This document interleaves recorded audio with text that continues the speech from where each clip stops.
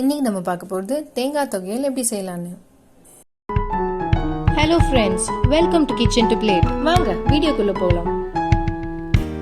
தேவையான பொருட்கள்: தேங்காய், வரமிளகா, பெருங்காயக்கட்டி, உளுத்தம் பருப்பு, புளி, உப்பு.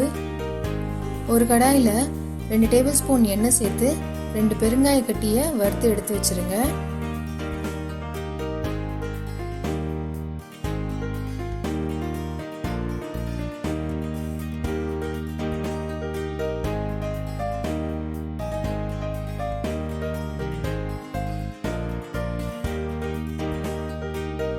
இப்போ அதே எண்ணெயில 5 டேபிள் ஸ்பூன் உளுத்தம் பருப்பு சேர்த்து அதை வறுத்துக்கோங்க.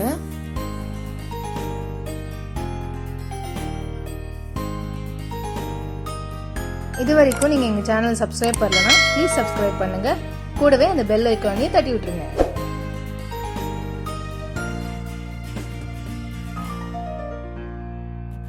உளுத்தம் பருப்போட கலர் சேஞ்ச் ஆக ஆரம்பிச்ச உடனே இதில் 3 வரமிளகாயை சேர்த்து வறுத்துக்கோங்க.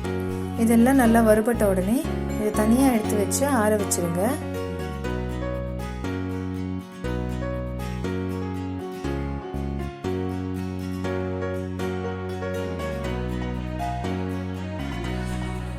ஒரு மூடி தேங்காயை பல்லா நறுக்கிட்டு அதை ஒரு மிக்ஸி ஜாரில் சேர்த்துட்டு கூடவே நம்ம வறுத்து வச்சதையும் சேர்த்து அரைக்குறையாக அரைச்சிக்கோங்க.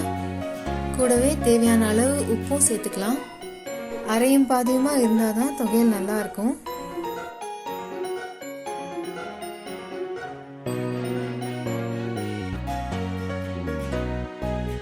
சுவையான தேங்காய் தொகையல் ரெடி. இதை சாதத்தோட பிசைஞ்சு சாப்பிடலாம். நல்லெண்ணெய் ஊற்றி சாப்பிட்டா டேஸ்ட் வேற லெவலில் இருக்கும்.